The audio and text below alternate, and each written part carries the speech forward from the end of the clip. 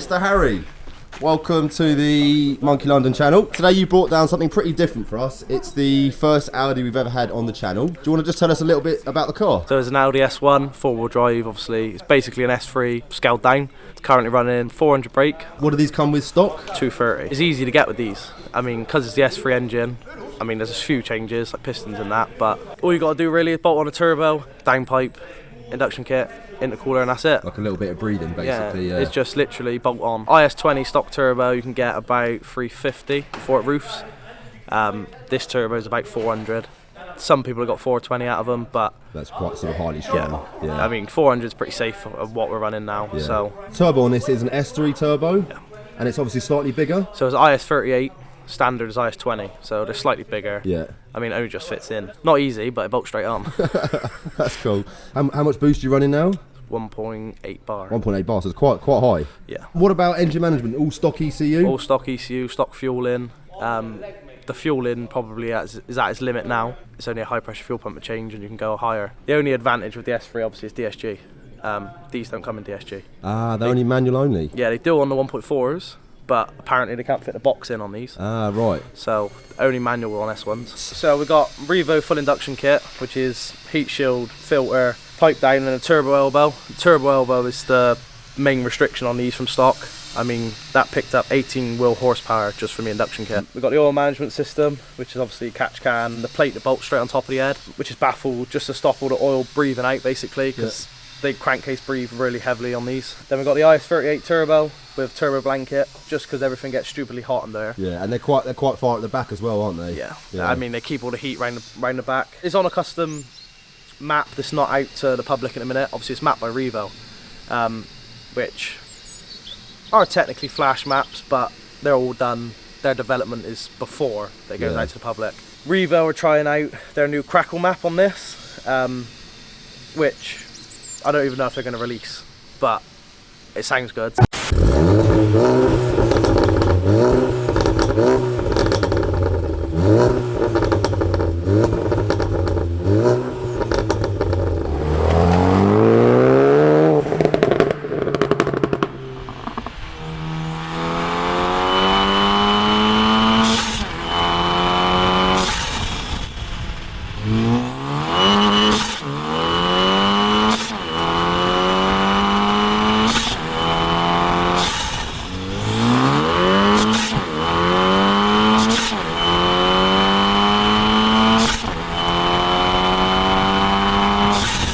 What about the intercooler on this? So this is Pro Alloy intercooler. Main problem with these cars is trying to fit anything in. So this was development again for Pro Alloy. The actual intercooler is the crash bar of the car. So the actual intercooler, it's got the chassis legs, they bolt onto the chassis legs. Crazy. Towing mount is in the intercooler basically. So you're proper really limited with space. Yeah, there's no space at all. From the factory, these do come with quad exhaust? Yeah, quad exhaust and valve from factory. Just over 2-inch standard, so as soon as you start up in the power, pretty much useless. What exhaust system are you running now? So there's Miltech turbo back, so Miltech decap, Miltech cat back. And what size? 3-inch on these, down to 4-inch tips. The actual decat's 3.5-inch, I believe, and it is valve, but they're unplugged. I wasted the money on the valve. Just not Which got is it. never. Which yeah, is it's never open. plugged up, never plugged in. So, what's the score with the brakes and the suspension on these? At the minute, it's all stock. Obviously, it's on lowering springs, but they don't really do much, to be honest. What drop is it? 25 mil. Okay, so quite a mild drop. But that's the only drop you can get on these. It is on lowering springs, but it definitely needs a set of coilies. Yeah. It's not uncomposed as such. Out of the box, it's a good car, but the potential of them's unreal. It's massive, yeah. And then what about the brakes? All stock in a minute. Stock brakes. Bar a set of decent pads. They're adequate.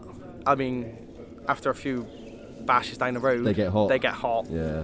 They don't fade like completely, but you can feel the pedal going a bit softer. Yeah. So maybe slight upgrade at some point. It's braided lines all round now. RBF 600 fluid, so it's pretty much everything you could do without actually going big brake kit. Yeah, start getting bigger calipers and discs and stuff. Yeah. The only thing that really does need doing is probably engine mount. But then they've just brought out a full new engine mount set, so that'll be in the next paycheck basically. Yeah, cool. Just to stop the engine slapping a bit. Is that all from those mega launches?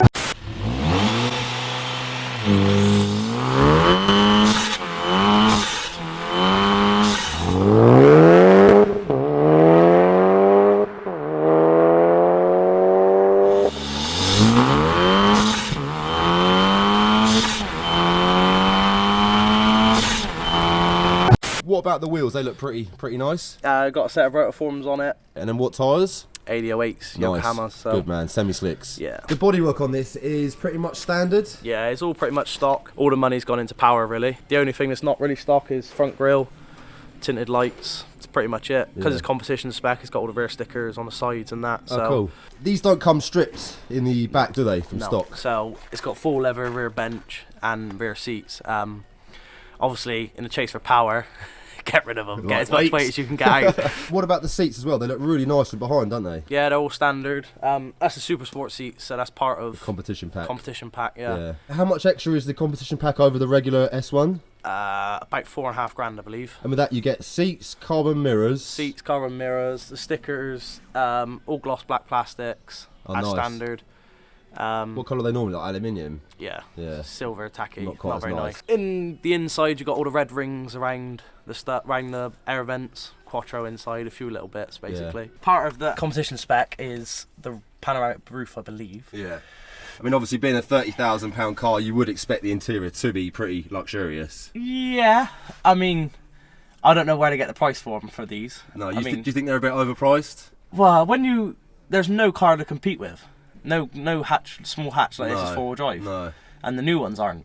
So it's pretty much a niche, and they're not going to come out anymore. Yeah. So the new Audi S1s are 230 brake based on the Polo chassis. I'd imagine it's to bring the price down. Yeah. Massively. Do you know what the price is on the new ones?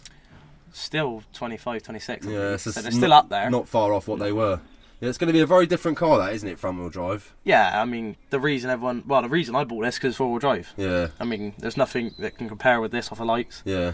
Like, for the size of it. Like, you think, obviously, a Fiesta ST is a little bit cheaper. What are they, 23 grand? This is like a competitor for it, really, yeah, but realistically. This is a lot more car, but obviously it is more expensive. Yeah, it is a lot more expensive, but you got more power, more comfort, and it's four-wheel drive. You tied that to my seatbelt, so I can't put my seatbelt on. Oh yeah, shit, sorry, that wasn't very clever. Right, here we are in Harry's little beast. Exciting. This is probably the most modern car I think we've ever had on the channel, Harry. Is it? Yeah. What year is this, 2017? Yeah. Yeah, definitely is. First thing to note is it just feels really refined. I mean, there's no sort of like, I mean, you probably think it's like rattly because you're used to the car, but for me, this is really sort of really nice and quiet. Yeah, wait until it's on boost. God,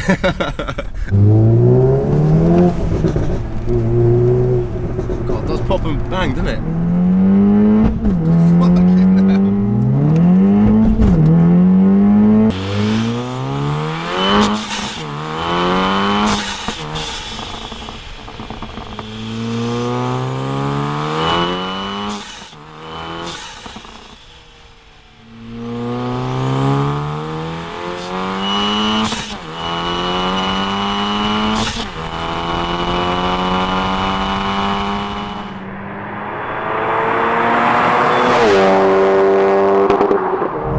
What's so sort of mad about this is the traction. Obviously the Quattro makes a massive difference, doesn't it?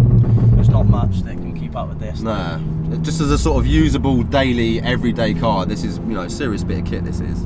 Alright, we're just going to do a little launch, show you guys what she's all about.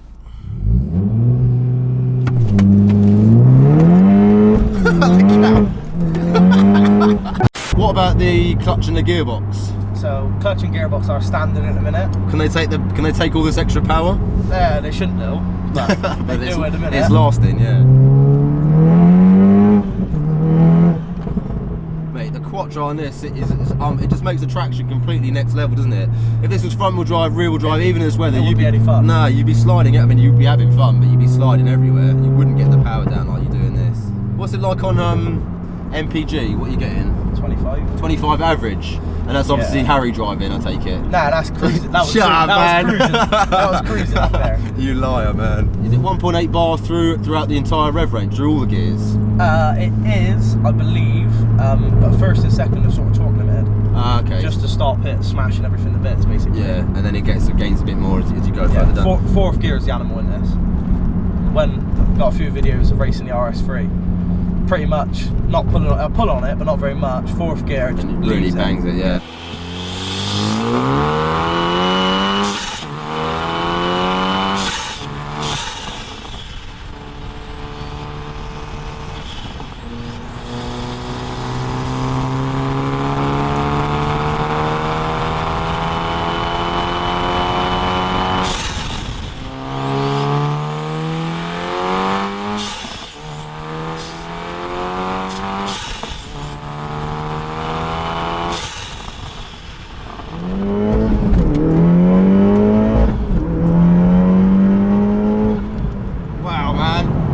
no slug this, is it? Yeah, it's pretty quick. Do people really realise quite how quick these cars are?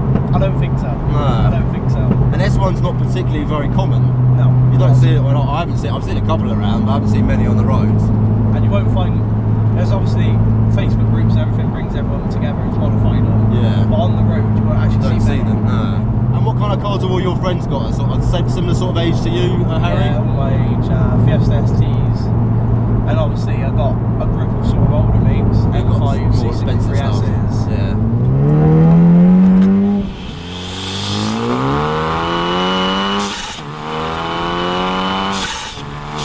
I mean, the exhaust noise isn't ridiculous in here, but you definitely know it's modified. Yeah. Like I was debating getting rid of it now,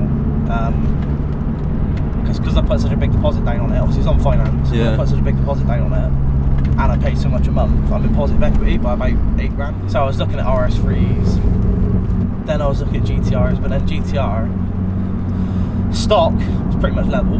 Yeah.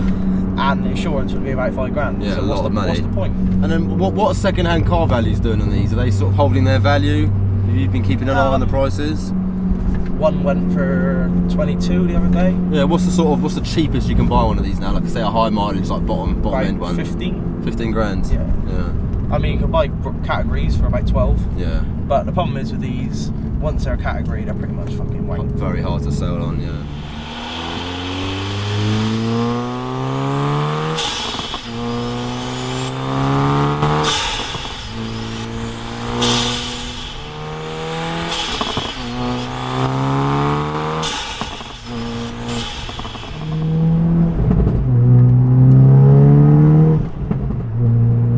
I just like how responsive this car is. It's quite a sort of linear power delivery in this. It's very smooth, isn't it?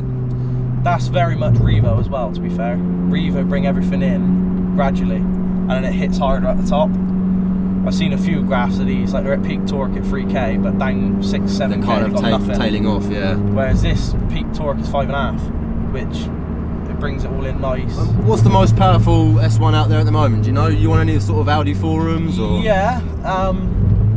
At the minute, it's around this. There was one that was running 505 brake, but it blew up twice. It blew up, really? Yeah. In the UK or? In the UK, In the UK. Crazy.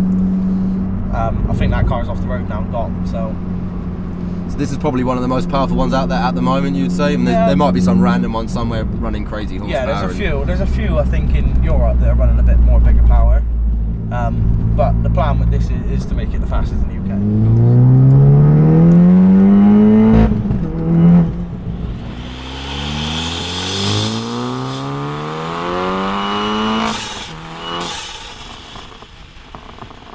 It's starting to get a little bit darker now, so we're probably going to close off this review.